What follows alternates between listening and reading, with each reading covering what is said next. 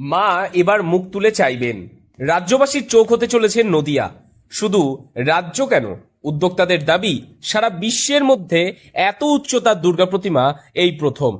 গতবারেও দুর্গাপুজো নিয়ে সংবাদ মাধ্যমে ছিল নদিয়া, তবে বিতর্কে। এবার হয়তো সেটাই দৃষ্টান্ত হতে চলেছে। অবশেষে আবারও হতে চলেছে রানাঘাটের কামালপুরে সেই বিখ্যাত বড় দুর্গা। এদিন খুঁটি পুজোর মাধ্যমে তেমনটাই জানালেন পুজো কমিটির সদস্যরা। গত বছর রানাঘাট কামালপুর অভিযান সংঘ সাড়া ফেলে দিয়েছিল গোটা বাংলায় বিশ্বের সর্ববৃহৎ বড় দুর্গা বানানোর জন্য।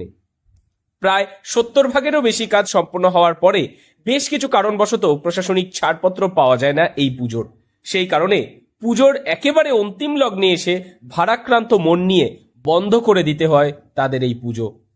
এই নিয়ে তখন উঠেছিল একাধিক রাজনৈতিক তর্ক বিতর্কও। পুজো কমিটি ও গ্রামবাসীরা প্রতিবাদ জানাতে দুর্গামূর্তির চোখে বেঁধে দিয়েছিলেন কালো কাপড়ও। তবে দমে যাননি তারা। এবছর আবারও নতুন এক উদ্দীপনা নিয়ে তারা তৈরি করতে চলেছে বিশ্বের সেই সর্ববৃহৎ দুর্গা প্রতিমা।